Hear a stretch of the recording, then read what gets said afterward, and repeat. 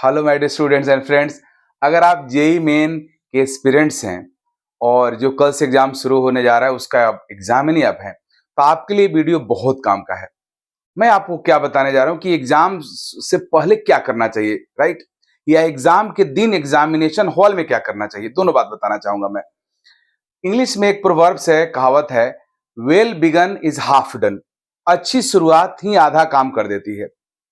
तो पहली बात ये कि जेई मेन एग्जाम जो बच्चा प्रिपरेशन करता है 1 साल 2 साल समय दे करके, वो जो भी सिंसियर स्टूडेंट रहता है सब अच्छे प्रिपरेशन किए रहते हैं। उनको पूरा सिलेबस पढ़ा हुआ रहता है, लेकिन पूरा सिलेबस जो 1 साल और 2 साल में बच्चे पढ़ते हैं उनको 3 घंटे में रिप्रेजेंट करना, वो भी एकदम फिक्स टाइम के अंदर, और उतना सारा प्रेशर को हैंडल करती है, बड़ा मुश्किल जॉब होता है। लेकिन उसको मैं आसान कर रहा हूं। जेई मेन एग्जाम में 75 क्वेश्चन अभी के ट्रेंड में आ रहा है, जिसके लिए 3 आवर्स आपको टाइम अलॉटेड रहता है। आप 75 क्वेश्चन काउंट करो ही ना, आप मानो कि आपको 65 क्वेश्चन ओनली सॉल्व करना है। 65 क्वेश्चन भी अगर आप बना दोगे तो उससे भी आपका स्कोर जो रहेगा वो 99.7 परसेंटाइल के आसपास चला जाएगा। मीन्स अपने अपने स्टेट में आप टॉप 10 में आ सकते हो। तो सोचना ही नहीं है कुछ आपको। आप 65 क्वेश्चन जब काउंट करके चलोगे उतना ही मुझे करना है, तो आपके लिए टाइम 3 आवर्स ज्यादा हो जाएगा, क्योंकि 3 आवर्स तो 75 क्वेश्चन के लिए है। तो पहली बात यह है कि मीन्स आपको टाइम कम होने वाला नहीं। इसका मतलब ये हो कि 2-4 क्वेश्चंस में अगर ज्यादा टाइम आपका लग भी गया तो डोंट वरी, आप अगला क्वेश्चन बनाओ। दूसरी बात जो है, मैं जो बोला कि well begun is half done, उसका क्या मीनिंग? उसका मीनिंग ये है कि ये फिजिक्स केमिस्ट्री मैथमेटिक्स जो पेपर होते हैं उसमें कई सारे बच्चे जो रहते हैं वो फिजिक्स में कंफर्टेबल होते हैं, कई केमिस्ट्री में होते हैं, कई मैथमेटिक्स में होते हैं। तो जो सेक्शन, जो भी साइंस, जो भी पार्ट आपका फिजिक्स केमिस्ट्री मैथमेटिक्स में सबसे ज्यादा कंफर्टेबल आपका है, उस सब्जेक्ट को पहले चूज करो और पहले उसके क्वेश्चन को सॉल्व करो। ऐसा करने से ये होगा, आपका कॉन्फिडेंस बढ़ेगा और आपका स्कोर भी बहुत अच्छा हो जाएगा। फिर उसके बाद वाले जैसे जैसे आप उसके बाद दूसरे सब्जेक्ट को आप चूज करो, उसके अकॉर्डिंग करो।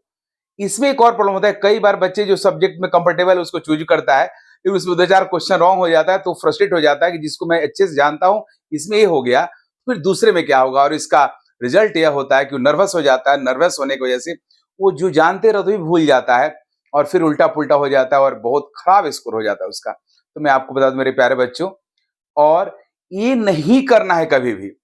एक क्वेश्चन, दो क्वेश्चन गलत हो उसको छोड़ो, बहुत सारा क्वेश्चन है, आपको तो 65 ही बनाना है। आप 65 छोड़ो, आप 60 बना दोगे तब भी 240 मार्क्स हो जाएगा। 240 मार्क्स में 99.4 से एबव होगा। इसलिए आपको बहुत उसका प्रेशर नहीं लेना है, आप जो जानते हो उसको करके आना है। तो एग्जाम देने जाने से पहले इस बात को गांठ बांध लो कि हमारे पास टाइम की भी कमी होने वाली नहीं है, और जो नॉलेज है उसको रिपीट। हाँ, जो बच्चे अगर अच्छे से नहीं पढ़े हैं उनको तो अलग एक इशू है, लेकिन मैक्सिमम स्टूडेंट्स जो 2 साल 1 साल प्रिपरेशन किए रहता है वो अच्छे से सब कुछ टॉपिक पढ़ा रहता है और उसको क्वेश्चन आते रहता है। घर से एग्जाम से जब घर आता है तो सब क्वेश्चंस को इजीली बना देता है, लेकिन एग्जामिनेशन हॉल में बहुत मिस्टेक्स करता है। तो मिस्टेक्स तब होता है जब नर्वस आदमी होता है तब।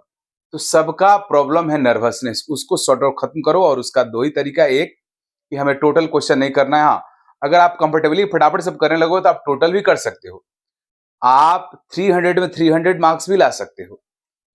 लेकिन कब? जब सोच के चलोगे हमको पूरा नहीं करना है, तो पहले ही प्रेशर ले लोगे तो प्रॉब्लम हो सकता है। इसलिए यह दिमाग से निकाल कर चलो, जो आप पढ़े हो वही आता है। हाँ, ये भी ऐसा भी हो जाता है कि कोई सब्जेक्ट जिसमें कंफर्टेबल, उसका क्वेश्चन थोड़ा क्लिकी सा अगर ट्विस्ट हो गया तो उसमें आपको मिस्टेक हो गया, इससे टेंशन में नहीं आना है।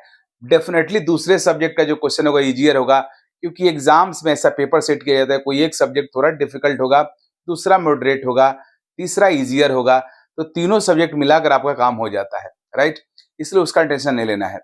और आपको अगर जिस भी सब्जेक्ट में कंफर्टेबल हो उसको चूज कीजिए, उसके अकॉर्डिंग आगे बढ़िए और आपका रिजल्ट बेस्ट होगा।